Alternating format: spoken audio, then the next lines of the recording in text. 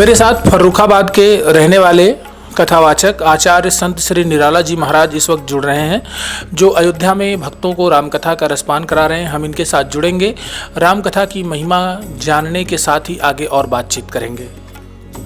इसके लिए बहुत बहुत साधुवाद बधाई है। श्री राम महिमा का तो अनंत और अखंड जो स्वरूप है वो वाणी के द्वारा व्यक्त नहीं किया जा सकता, लेकिन परमात्मा का अनुभव किया जाता है। तो ये जो पावन धाम अयोध्या है, और इस अयोध्या पावन धाम में जहाँ किसी भी प्रकार की विकृति नहीं है, और जहाँ विकृति नहीं वहाँ संस्कृति नहीं है, जहाँ भक्ति हो, जहाँ रामत्व हो, वहीं एकत्व है, और जहाँ समान स्वरूप व्याप्त होता है, सभी के साथ सम स्नेह प्रेम का संबंध होता है, यही राम की परिभाषा है।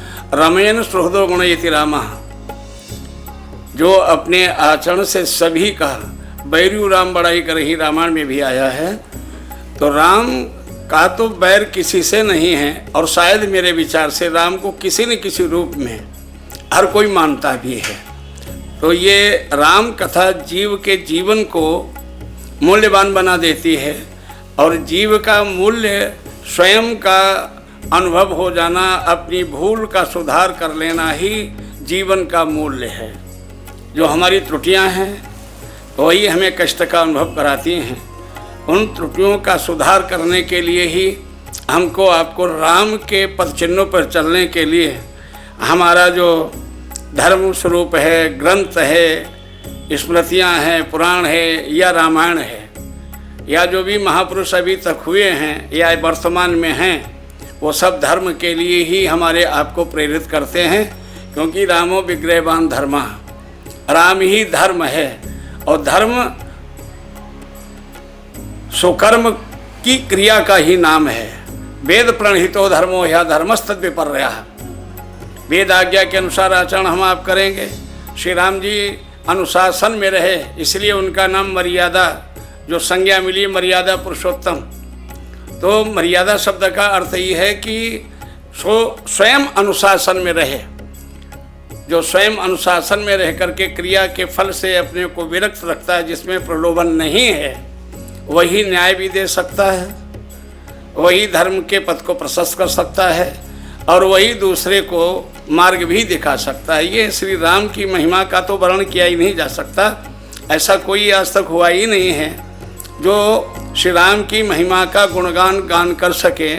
जहाँ तक जिसकी मति है, वहाँ तक भगवान से राम के जुड़ने के लिए ही समाज को प्रेरित करता है। तो राम के पद चिन्हों पे चलना, राम के आदर्श को स्वीकार करना, वैमनस्यता की दीवार को गिराना, और भगवान के आनंद रूपी स्वरूप का साक्षात करना ही ये राम की कथा है। स्वामी जी, हमारे देश में बहुत से संतों ने आंदोलन किया, सरकार के तरफ से योजनाएं आई, लेकिन गौ हत्या बंद नहीं हुई, गौ तस्करी बंद नहीं हुई। ये बहुत जटिल समस्या बन गई है। इसको रोकथाम लगाने के लिए आप संतों की तरफ से क्या निरंतर प्रयास हो रहे हैं, और आप लोग सरकार से क्या डिमांड करते हैं कि कैसे ये गौ हत्या, गौ तस्करी बंद हो? हर स्थिति में गौ हत्या बंद होना चाहिए, क्योंकि ईश्वर की कृपा से, श्री राम जी की कृपा से गौरक्षा हेल्पलाइन जो हमारी चलती है, मैं उसका संरक्षक भी हूँ, जो दिल्ली से चलती है।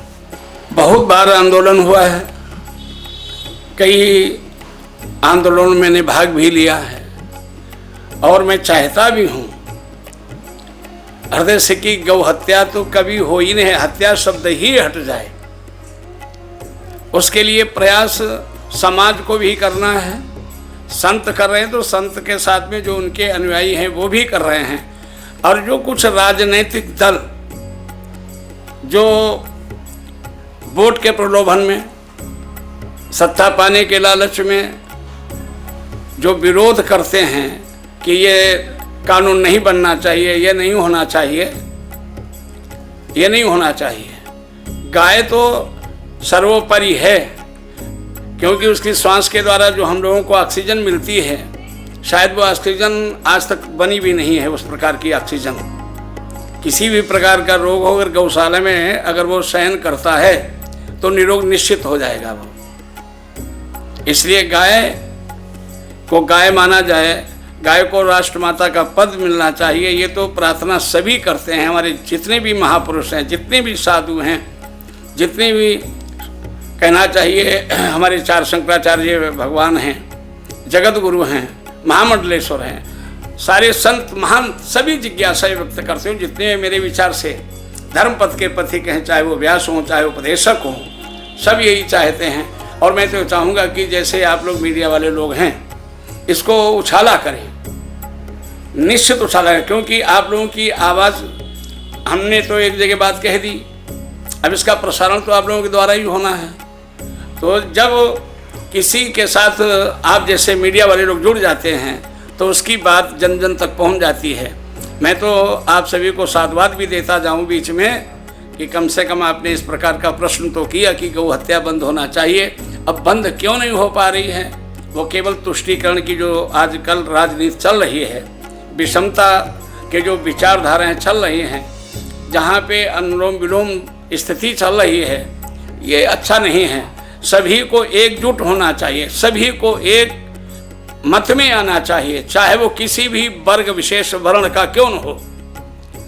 जीव हिंसा नहीं होना चाहिए तो, लेकिन जीव हिंसा में विशेष करके जो गौ हत्या आजकल चल रही है, जिसके द्वारा मानव जीवन को लंबी आयु मिलती थी, ब्रह्म ज्ञान मिलता था, विद्यालय नहीं भी गया कोई विद्यार्थी, लेकिन अगर गौ सेवा उसने किया है तो ब्रह्म ज्ञान तक हुआ है। हमारे उपनिषदों में ऐसे प्रमाण हैं, वेदों में प्रमाण है, उपनिषदों में प्रमाण है। इसलिए गौ हत्या तो बंद होना चाहिए। और मैं तो ये चाहूँगा कि सरकारें जो भी हैं, चाहे वो हमारे प्रदेश की हो और चाहे बाहर की हो, सभी को एकजुट होकर के ऐसा कानून बनाना चाहिए जिसमें गाय को गौ माता का पद मिले, राष्ट्रमाता का पद मिले।